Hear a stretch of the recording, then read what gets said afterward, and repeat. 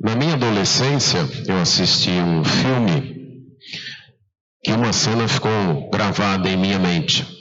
Era um casal de recém-casados, a mulher estava esperando, o casal estava esperando visitas à noite, e uma das visitas era a sogra, a mãe do marido, que ela inclusive viria de outra cidade para visitar o seu filho e a sua nora, e também para jantar. Elas ainda não se conheciam pessoalmente, elas nunca tinham se visto.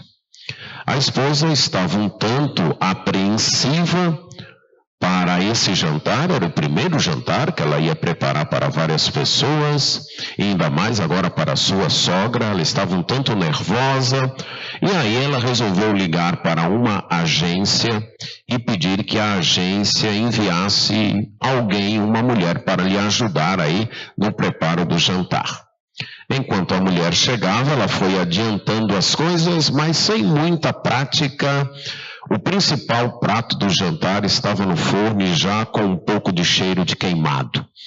Nesse momento a campainha toca, ela vai atender, vê uma senhora chegando com uma bolsa e ela imagina, graças a Deus, a agência mandou a pessoa que era para me ajudar. Só que não era a pessoa, era exatamente a sogra. Mas na sua apreensão, ela logo, na sua expectativa, atendeu. Ainda bem que a senhora chegou justo no momento. O principal prato, a carne já está quase queimando, eu não sei o que fazer. Ela estava tão aperreada que a sogra, vendo aquele aperreio todo, entrou no jogo e decidiu se comportar exatamente como uma empregada. E chega lá, ajuda calmamente, refaz tudo, arruma tudo e ajuda ela a preparar um belo jantar. Eu não vou contar o resto do filme por uma simples razão. Eu não lembro, faz muito tempo. Vocês viram, né? Eu era adolescente, então faz tempo, certo?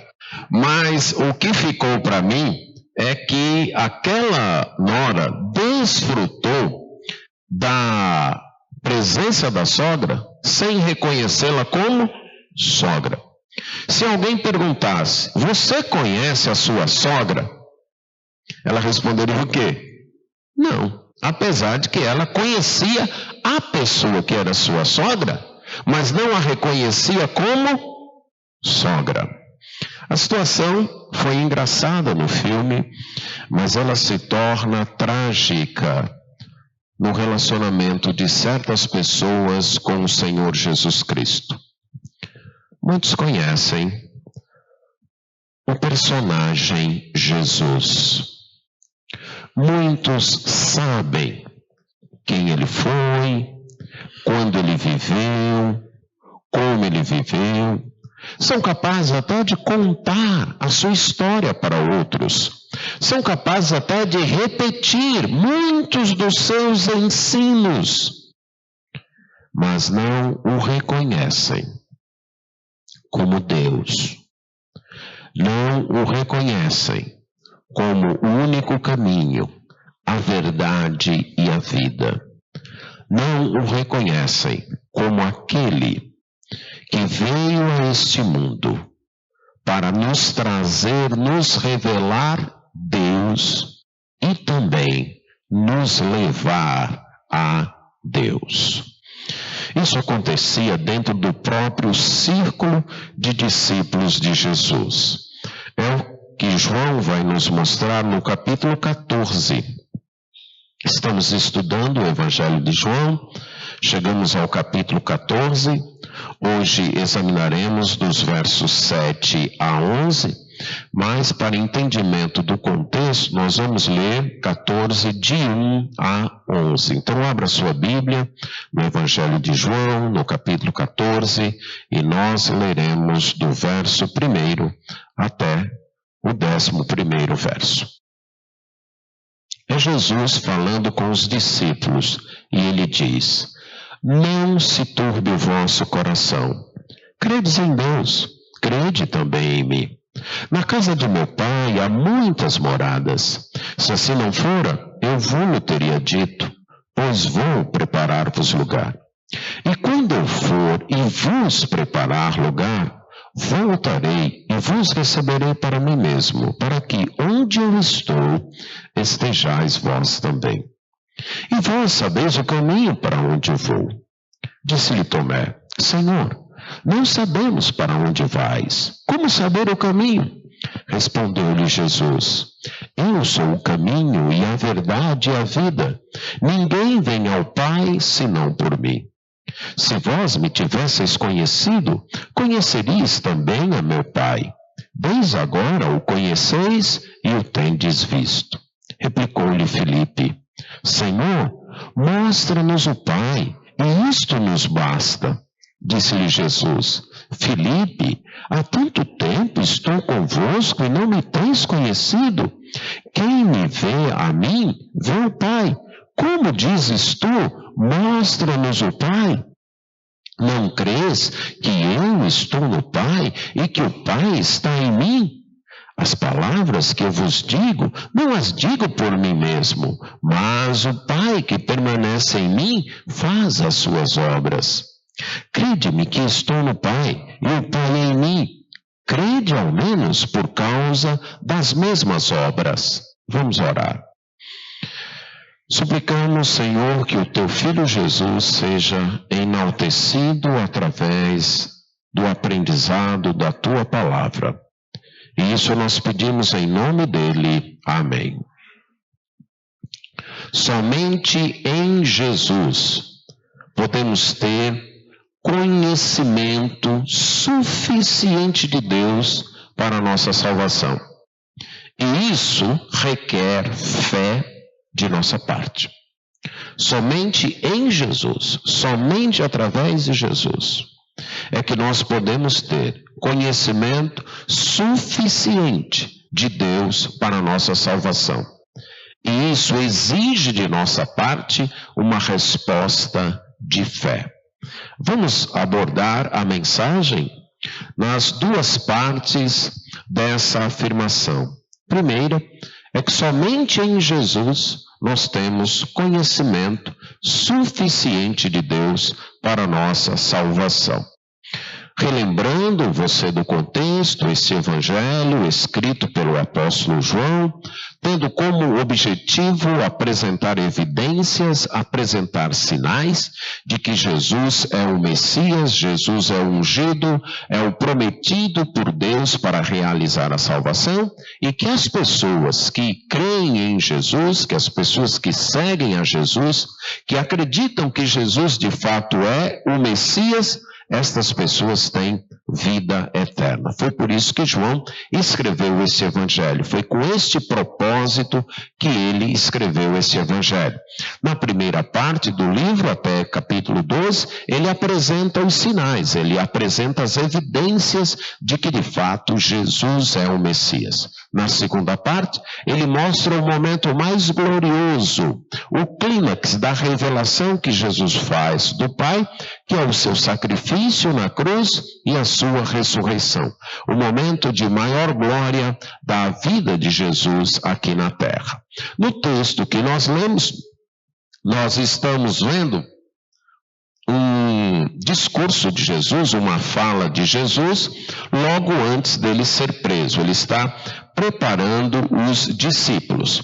Ele começa com os 12, eles celebram a Páscoa, Jesus lava os pés dos discípulos, logo após então Judas Iscariote sai, e Jesus fica com os 11 apóstolos reclinados ali na mesa, e Jesus vai conversando com eles. Há certos ditos de Jesus que não são compreendidos pelos apóstolos, né? Começou até antes com Judas presente, quando Jesus fala do traidor, eles não entendem e João pergunta quem seria. Jesus dá uma resposta e eles continuam sem entender. Aí Jesus fala com Judas, Judas sai e os discípulos ainda estão sem entender o que está acontecendo. Após a saída de Judas, Jesus fala da crucificação como o momento mais glorioso, então, de seu ministério. E ele ordena que os discípulos amem uns aos outros. E aí ele fala de sua ida.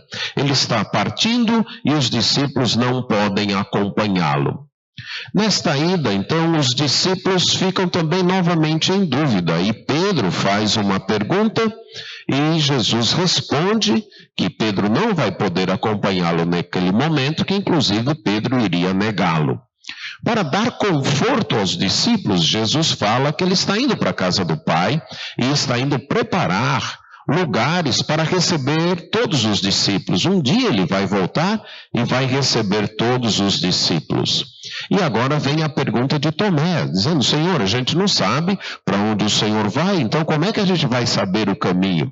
E Jesus responde, nós vimos isso domingo passado, quando Jesus respondeu dizendo que ele é o caminho, ele é a verdade, ele é a vida, ele é o caminho, é aquele que dá acesso ao Pai, ele é a verdade sobre o Pai e ele é a vida que o Pai promete para os seus seguidores. Então, através dele e unicamente através dele, as pessoas podem conhecer a Deus, as pessoas podem ter acesso a Deus e as pessoas podem desfrutar a vida de Deus. E aí ele faz uma afirmação no verso 7.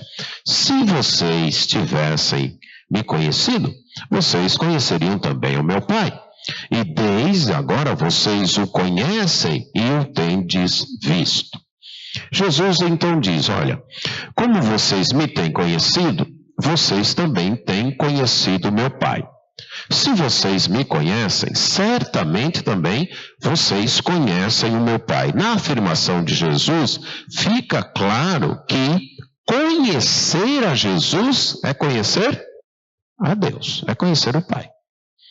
Que as pessoas conhecem a Jesus, aliás, conhecem a Deus, conhecem o Pai, conhecendo a Jesus. Apesar do uso aqui ser condicional, eu creio que essa condicional Jesus está usando como um recurso retórico. Tanto Jesus, quando falou para os discípulos, como João, que agora está escrevendo para os seus leitores, como um recurso retórico para forçar a mente dos seus leitores a essa conexão lógica entre conhecer Jesus e conhecer o Pai. Se você conhece Jesus, então você conhece o Pai. E à luz do que Jesus disse anteriormente, o inverso também é verdade. Se você não conhece Jesus, então você não conhece o Pai. A mediação do conhecimento de Jesus, do Pai, se dá através de Jesus. Então Jesus diz, olha, dizendo para os discípulos, se vocês me conhecerem, então vocês conhecem o Pai. E desde agora vocês o conhecem. Eu estou aqui, eu estou com vocês todo esse tempo. E se vocês me conhecem, vocês conhecem o Pai. Para alguns é difícil aceitar isso como suficiente. Tanto é que Filipe então diz, Senhor, mostra-nos o Pai e isso nos basta. Isso é, Senhor, mostra-nos o Pai e isso nos é suficiente. A palavra usada aqui por Filipe para mostrar, tanto poderia significar mostrar no sentido de tornar visível. Ela foi usada no Evangelho de João, quando Jesus mostrou, depois da ressurreição, ele mostra suas mãos e o lado para mostrar que ele era aquele que havia sido crucificado, aquele que havia sido ferido e agora tinha ressuscitado. Mas também ela é utilizada para o ensino.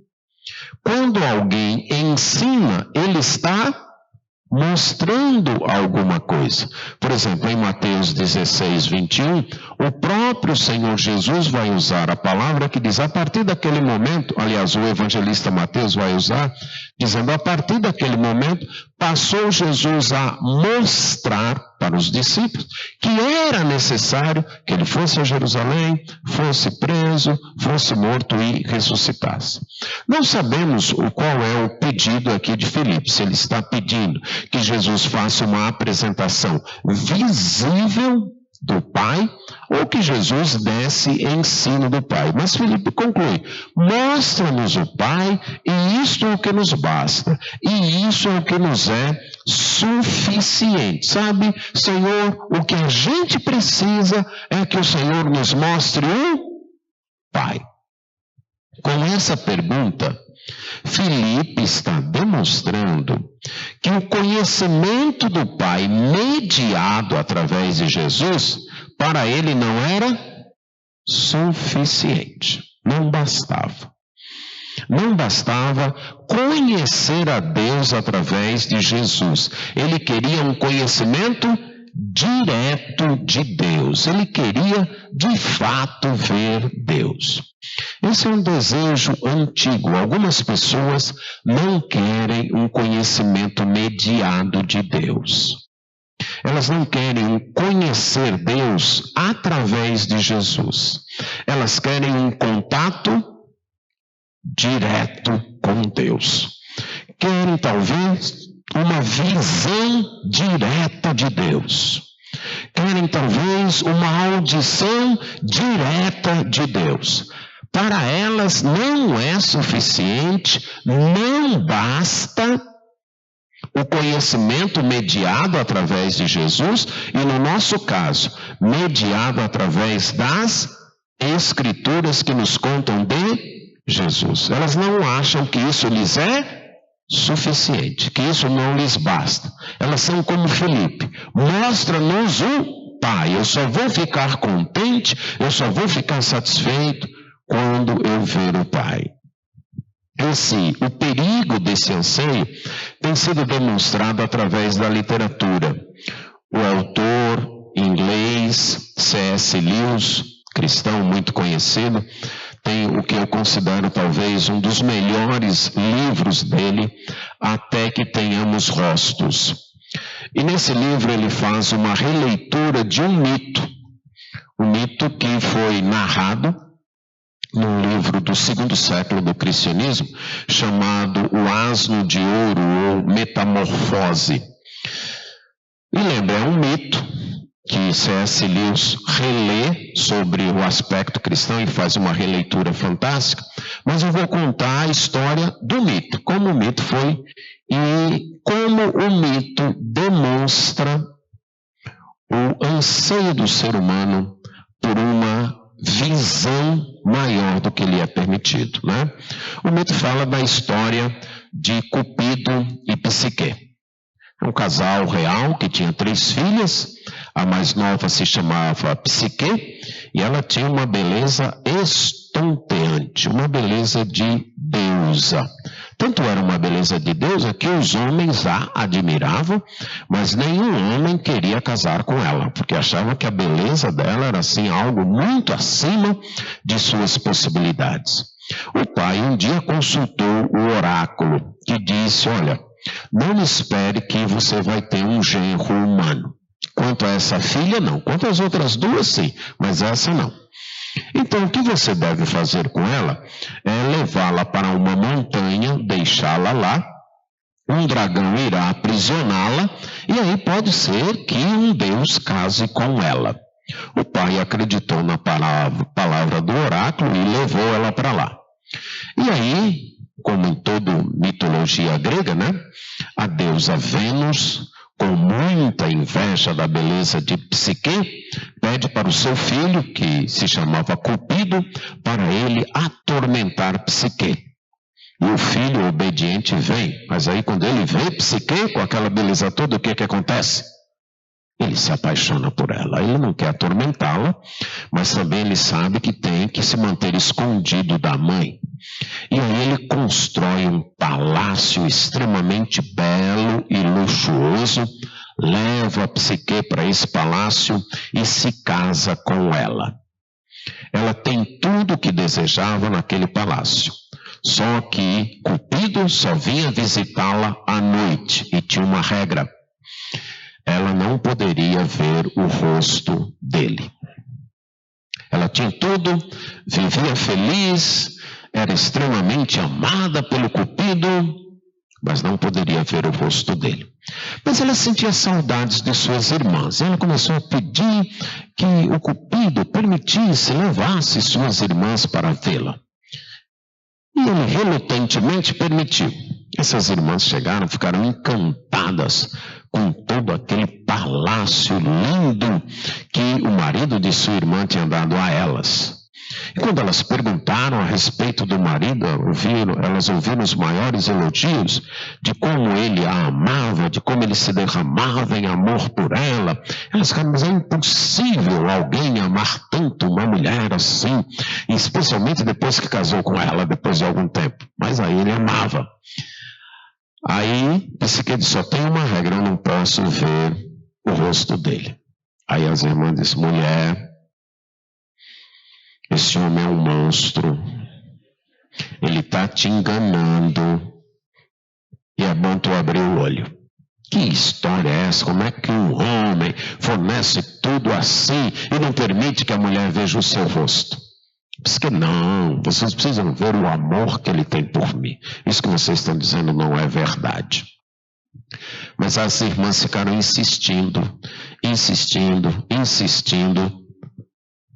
até que Psique começou a duvidar do amor do Cupido. Aí as irmãs bolaram um plano. Vamos fazer o seguinte.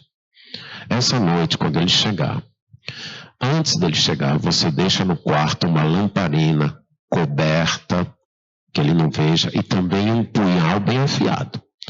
Porque se ele for o monstro que nós estamos imaginando, assim que você vê, você tem que matá-lo. Psique cedeu, né? Você sabe que quando mulher zinando no ouvido, né? Sansão que o diga, né? Aí a Psique aceitou. Aí, quando o marido estava dormindo, ela pegou a lamparina e viu. E quando ela viu, ela ficou extasiada com a beleza do seu marido. Ela ficou encantada e admirava. E quanto mais ela olhava para aquele rosto, mais ela tinha vontade de olhar de tão bonito que era. Até que caiu uma gota de óleo quente. Ele acordou e viu que ela estava olhando para o rosto dele. Ele a repreendeu e foi embora. O resto das histórias você pode ler no livro, porque demora muito, sabe? Mas, como toda boa literatura, essa literatura ela traz alguns insights da realidade, especialmente da realidade do nosso relacionamento com Deus. De como, apesar de tudo que Deus nos dá, nós sempre queremos um pouco mais. E esse é um dos casos. Deus enviou o seu Filho. Ele, na pessoa do seu Filho, se fez carne. Mostrou-se aqui. Foi a suprema revelação de Deus. Mas o que é que Filipe quer? Eu quero ver Deus. Para mim é suficiente, para mim basta se eu ver Deus. Eu quero mais provas. Eu quero mais evidências. Estas apresentadas até aqui não são suficientes. Eu quero mais. Quando você age assim, quando a revelação que Deus faz não lhe é suficiente, quando Jesus não lhe é suficiente, você não pode ter nada mais. Porque Jesus é o meio de termos conhecimento suficiente de Deus. Não só na história da mitologia, mas também no Antigo Testamento. Veja o que Moisés pediu lá em Êxodo capítulo 33, verso 18. Note bem aqui, nessa situação, Moisés já tinha visto muita coisa de Deus, né? Você está lembrado da primeira vez que Moisés teve assim uma revelação visível de Deus? Quando foi? Está lembrado? na sarça ardente. Ele viu a sarça, aquele arbusto, queimando sem se consumir, e ele se aproxima e Deus fala com ele. Ele viu. Mas depois, o que foi que ele viu no Egito, quando ele volta para o Egito? Milagres e mais milagres, né? Água se transformando em sangue, chuva de pedras do céu, pragas e mais pragas. E aí Deus falava, tal hora vai parar, e tal hora parava. Ele viu coisas fantásticas. E aí quando ele sai do Egito, assim que ele sai, o que é que ele vê? Uma maravilha grande. O mar se abrindo. E todo o povo de Israel passa e depois vem os egípcios atrás, o mar se fecha. Ele viu isso. Mas além disso, o que ele viu no deserto, naqueles 2, 3 meses até chegar no Monte Sinai? Viu água sair da rocha, viu maná cair todo dia do céu. E lá no Monte Sinai, o que foi que ele viu? Quando Deus o chama a subir ao monte. Trovões, relâmpagos, um monte tremendo, porque Deus estava se manifestando. Ele viu tudo isso. Mas aqui, no capítulo 33, verso 18, ele diz: rogo-te que me mostres a tua glória. Eu quero mais. Eu quero um pouco mais. Certo? Ele estava num momento de crise, o povo havia desobedecido a Deus, e Deus estava dizendo, eu não ando mais com esse povo. Ele estava num momento de crise, ele diz, eu quero ver a tua glória. É interessante a resposta de Deus, e acrescentou, não me poderás ver a face, porquanto homem nenhum verá a minha face e viverá. Disse mais o Senhor, eis aqui um lugar junto a mim, e tu estarás sobre a penha. Quando passar a minha glória, eu te porei numa fenda da penha, e com a mão te cobrirei, até que eu tenha passado. Depois, em tirando eu a mão, tu me verás pelas costas, mas a minha face não se verá. Mas aí você não vai ver o meu rosto. Você não vai ver a minha face. Vamos fazer o seguinte, você vai lá, e aqui tem a rocha, né, o monte, e tem uma fenda. Você entra ali, e eu vou dramatizar um pouquinho para vocês entenderem a linguagem. É como se dissesse, você fica na reentrância dessa fenda. Antes de eu chegar, eu coloco a minha mão, eu passo. Depois que eu passar, eu tiro a mão, e você poderá ver as minhas costas. Mas o meu rosto não. É uma linguagem simbólica, é uma linguagem antropomórfica. Evidentemente, Deus não tem costas, Deus não tem rosto, mas ele está usando uma linguagem. Moisés, você não vai ver tudo de mim. Ninguém pode ver tudo de mim. Porque no dia que vê, morre. Porque a glória de Deus, a santidade de Deus é tão grande, tão extasiante, que ela nos fulminaria, que ela nos mataria. Então Deus diz, você não vai ver tudo de mim, você vai me ver, mas como alguém vê o outro pelas costas. Suponho que você nunca tivesse me visto, e você sempre me viu assim. Você conhece algo de mim, mas não conhece tudo de mim. É o que Deus está dizendo para Moisés. Eu vou revelar algo para você, mas eu não vou revelar tudo. Você vai me ver como uma pessoa vê o outro pelas costas. Até que veio a revelação suprema. Até que o próprio Deus se tornou carne. Na pessoa de Jesus Cristo. Em João capítulo 1, verso 14. E o verbo se fez e habitou entre nós. Cheio de graça e de verdade, e vimos a sua glória. João me está dizendo, eu vi o que Moisés quis ver e não conseguiu. Eu vi. Vimos a sua glória. Agora, como que foi essa glória?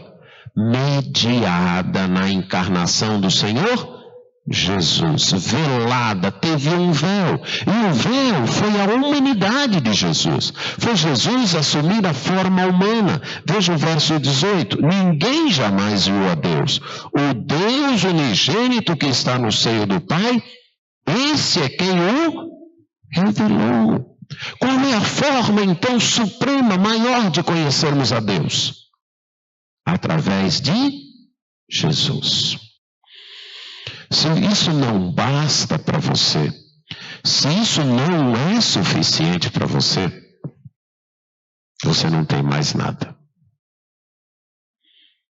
Se você quer uma visão direta de Deus, uma audição direta de Deus, você não vai ter. Porque o modo supremo de Deus se revelar a nós, de Deus se mostrar a nós, foi através do seu Filho Jesus Cristo.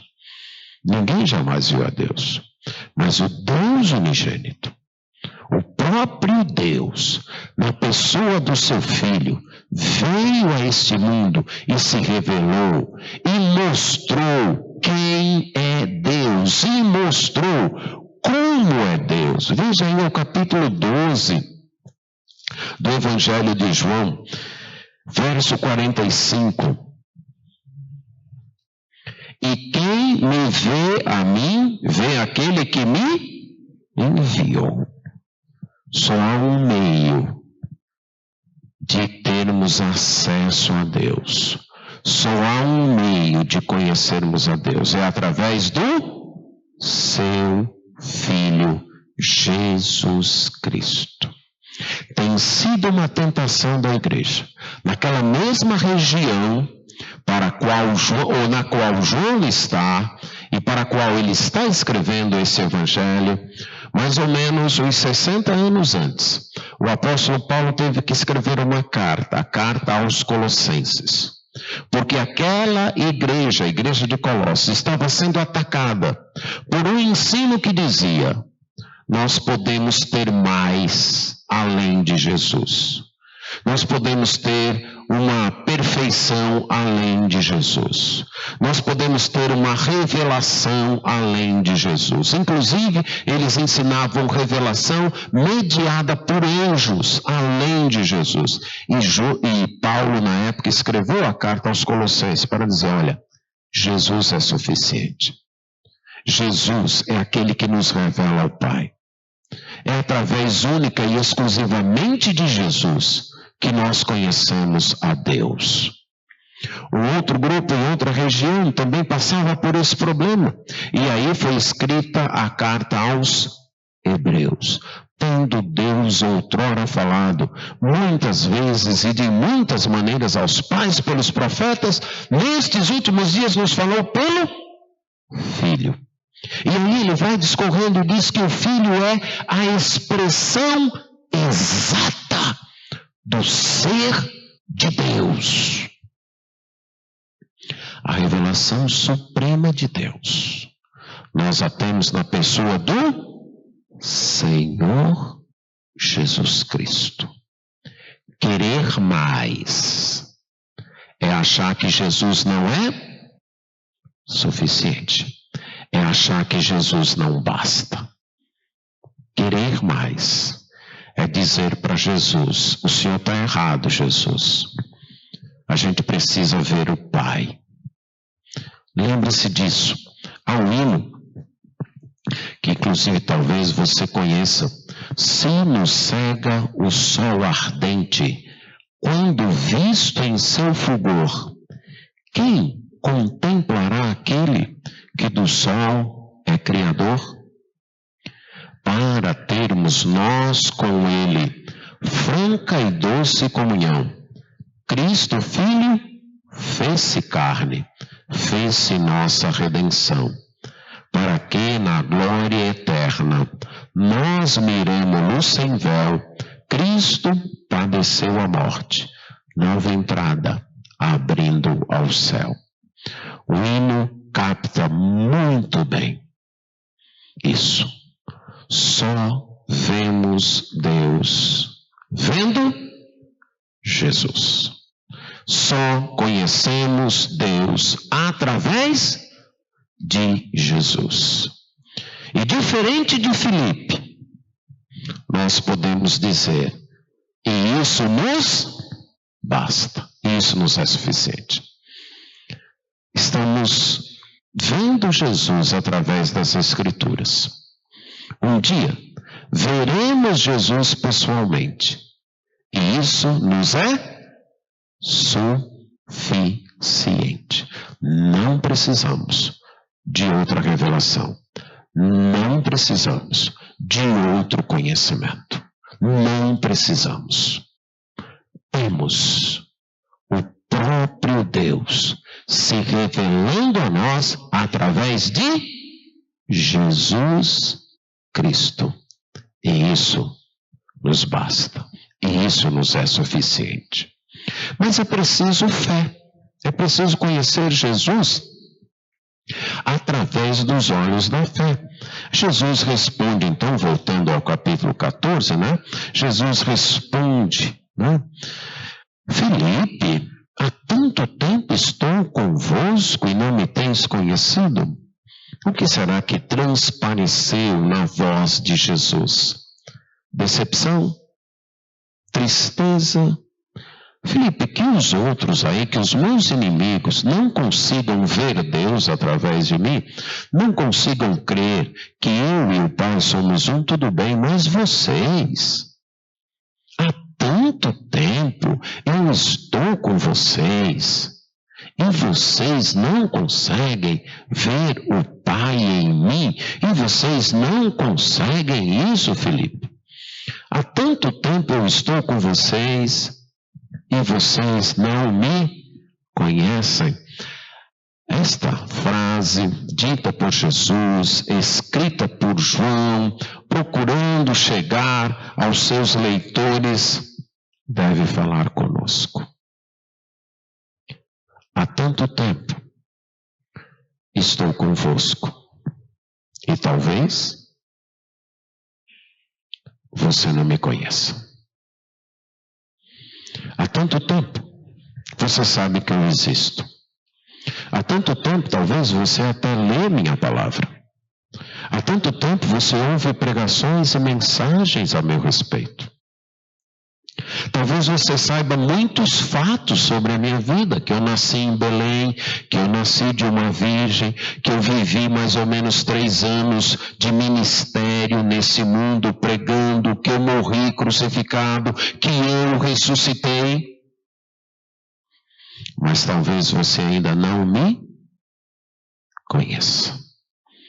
Há tanto tempo eu estou com você e você não me conhece. Isso é possível? É possível você viver muito tempo com uma pessoa e não conhecer a pessoa? É? Os casados aqui podem responder, não podem? É possível? É claro que é possível. É possível, sim. Você conviver uma vida toda até com uma pessoa e não conhecer a pessoa. Agora nós estamos vendo que isso é possível também no nosso relacionamento com Jesus. É possível ser religioso e não conhecer Jesus. É possível estar no meio do povo que segue a Jesus e não conhecer Jesus. É possível, inclusive, estar nisso há muito tempo e não conhecer Jesus. Penso que talvez tenha sido uma voz de tristeza que Jesus disse isso para Filipe há tanto tempo. E lembre que, de acordo com o Evangelho de João, Filipe foi um dos primeiros, estão lembrados? Um dos primeiros a seguir Jesus. Chegou a levar outros. E Jesus diz, estou há tanto tempo com vocês e vocês não me conhecem. Essa frase deve ser preocupante, individualmente falando para cada um de nós. Não é tempo de igreja. Não é tempo de Bíblia. Não é tempo de convivência com os crentes ou com o Evangelho. Aqui nós temos um grupo que está tendo um tempo de convivência direta com Jesus, que sabia muita coisa de Jesus, mas que Jesus está dizendo: e vocês não me conhecem? Vocês não são capazes de ver quem de fato eu sou, quem eu de fato represento. O que é Jesus para você? Eu não estou perguntando o que você sabe de Jesus, os fatos, mas o que Jesus representa para você. Como você reconhece Jesus? Como é que você reconhece Jesus em sua vida? Como é? Filipe não conhecia. Agora é interessante que pode ter sido uma voz de tristeza, pode ter sido uma voz até de decepção, mas não é de desistência. Para aqueles que são de Jesus, ele não desiste. Ele diz: há tanto tempo estou convosco e você não me tem conhecido? Quem me vê a mim, vê o Pai. Como é que você pode perguntar: mostra meu Pai? Filipe, quem vê a mim, vê o Pai. Agora, isso é preciso fé. Não crês que eu estou no Pai e que o Pai está em mim? É preciso fé. É preciso fé para crer numa completa unidade de Jesus com o Pai. Você não crê que eu estou no Pai e que o Pai está em mim? E aí a gente pode lembrar de João 10,30, quando Jesus disse aos judeus: eu e o Pai somos um. Há uma unidade. Jesus é plenamente Deus, tal qual Deus Pai é. Ele está plenamente no Pai e o Pai está plenamente nele. As palavras que eu vos digo, eu não as digo por mim mesmo, mas o Pai que permanece em mim é que faz estas obras. O Evangelho de João vem tratando disso. Veja aí capítulo 8, verso 28.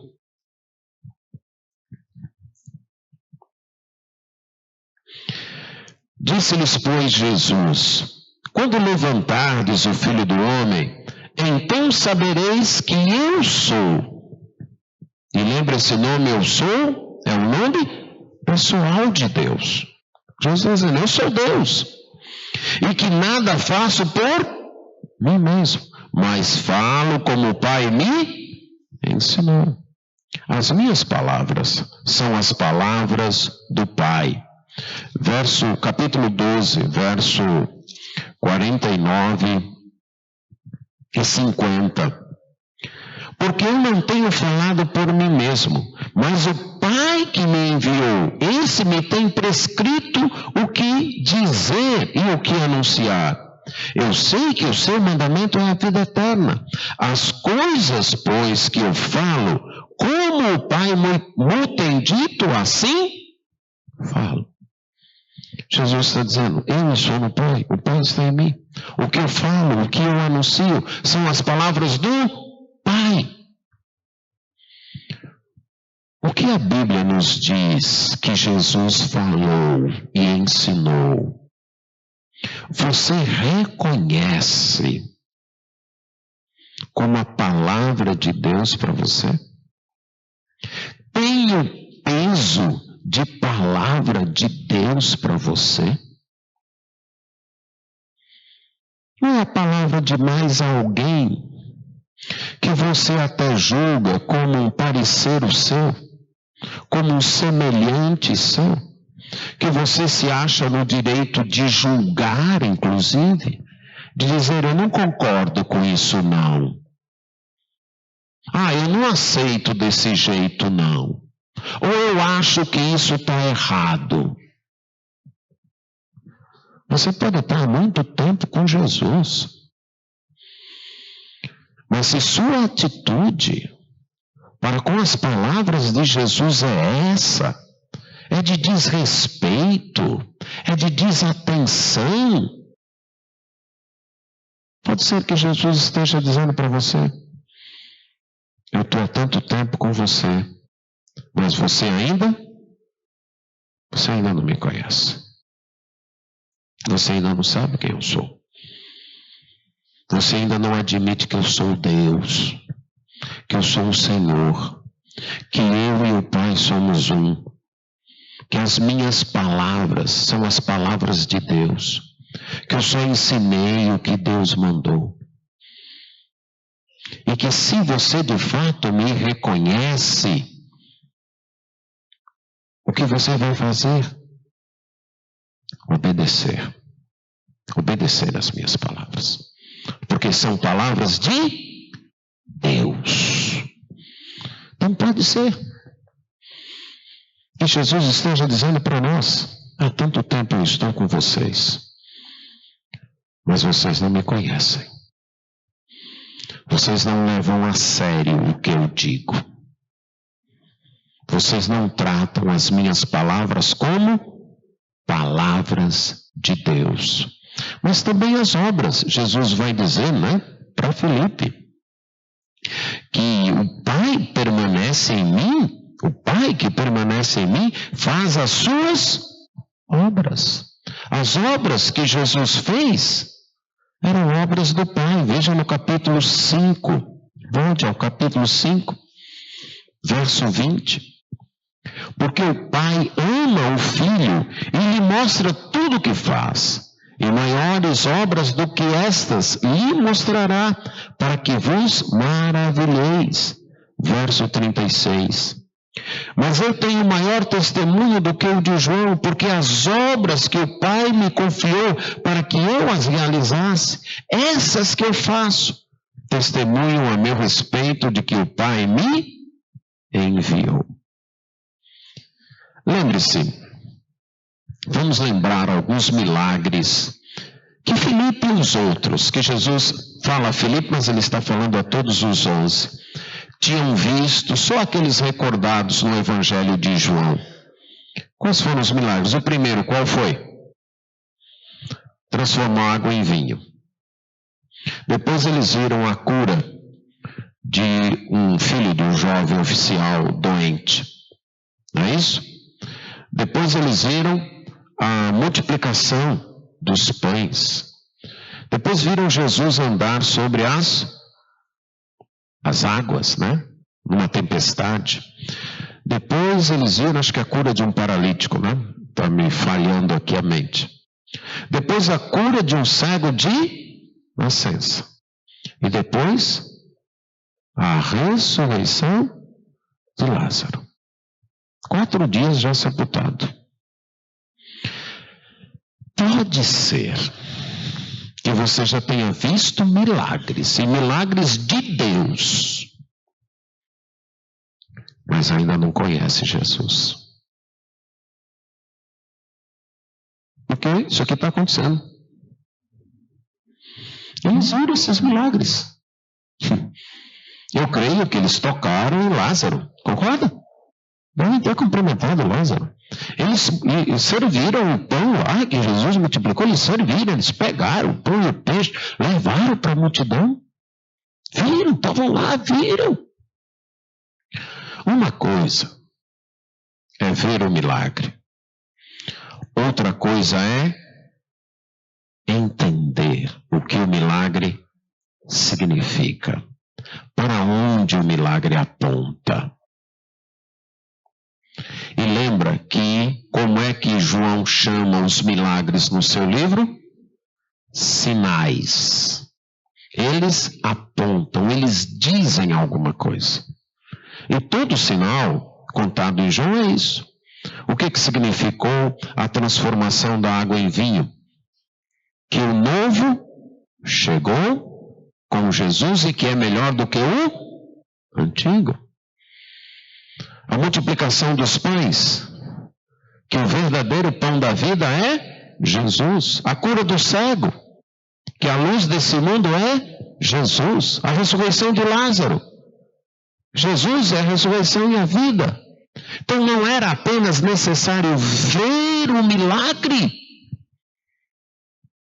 era necessário pensar, ruminar, meditar o que Deus está nos querendo dizer através deste milagre. Como ele se configura uma obra de Deus. Então Jesus está dizendo, as obras que eu faço são as de Deus. É o Pai quem faz através de mim. Eu vim revelando Deus. Eu estou mostrando Deus para vocês. Como é que você pode dizer, mostra-nos o Pai? E essa parte, verso 11, Jesus faz uma reivindicação. Creiam que eu estou no Pai e que o Pai está em mim. Olha, uma coisa é crer no milagre. Eu não estou condenando isso, crer no milagre. Mas eu estou querendo dizer que isso não é suficiente. Você crê no milagre. E aí? O que é preciso é crer não apenas no milagre, mas na pessoa que fez o milagre. No caso, Jesus Cristo. Crer apenas no milagre não vai levar você para o céu. Crer apenas, note o que eu estou dizendo, no milagre não vai levar você para o céu. Você deve crer no milagre, mas deve crer também na pessoa que fez o milagre e crer certo sobre esta pessoa. Crer que ele é Deus, que ele está no Pai, o Pai está nele, que o ensino dele veio do Pai, que as obras que ele realizou foi o Pai que fez através dele. A revelação que Jesus nos traz de Deus exige fé. Creiam. Creiam que eu estou no Pai e que o Pai está em mim. Creiam ao menos por causa das mesmas obras. É como se Jesus dissesse, vocês não têm desculpas. Eu apresentei as obras. Eu apresentei os sinais. Eu dei as evidências.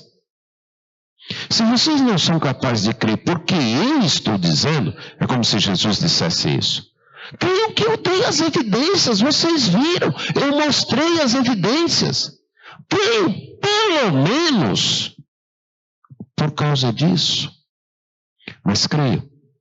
Creiam que eu sou Deus, Jesus está dizendo. Creiam que eu estou no Pai, que o Pai está em mim. Não me aceitem apenas como um mestre. Não me aceitem apenas como milagreiro. Não me aceitem apenas como um profeta. Não me aceitem apenas como um líder. Não me aceitem apenas como um psicólogo capaz de curar seus traumas emocionais. Não me aceitem apenas como um terapeuta familiar capaz de resolver os problemas da tua família. Não me aceitem apenas como alguém que é capaz de abençoar tua vida com prosperidade. Jesus pode fazer tudo isso. Mas se você aceitar e procurar só isso em Jesus, é só isso que você vai ter. Você não vai ter o principal, que é a salvação de sua alma. E para ter a salvação de sua alma, para ter acesso à casa do Pai, é preciso crer que Jesus é Deus, tal qual Deus Pai. E que se encarnou para nos revelar Deus. E que morreu na cruz, pagando pelos nossos pecados, e ressuscitou para nos dar a salvação. É preciso essa fé em Jesus. É preciso crer em quem de fato Jesus é. Que as suas palavras são palavras de Deus. Que as suas obras são obras de Deus. Além da fé, também é preciso o amor, mas isso nós trataremos na próxima mensagem. Jesus vai dizer mais na frente. Mas Mas eu quero enfatizar isto hoje. Em Jesus, nós temos conhecimento suficiente de Deus para a nossa salvação. Somente em Jesus, nós temos conhecimento suficiente de Deus para a nossa salvação. E isso exige de nós uma resposta de fé, de crer. O filme Para Sempre foi baseado num caso verídico.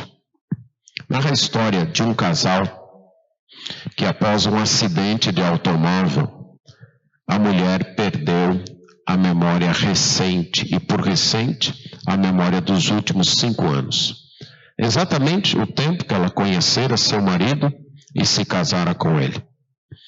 Ela não mais o reconhece como seu marido. Ela aprende muito dele, inclusive. Conduzida por ele, ela conhece a casa que eles moraram, o emprego que eles tinham, inclusive o comércio que ambos tinham, os lugares que frequentaram e os amigos que tinham.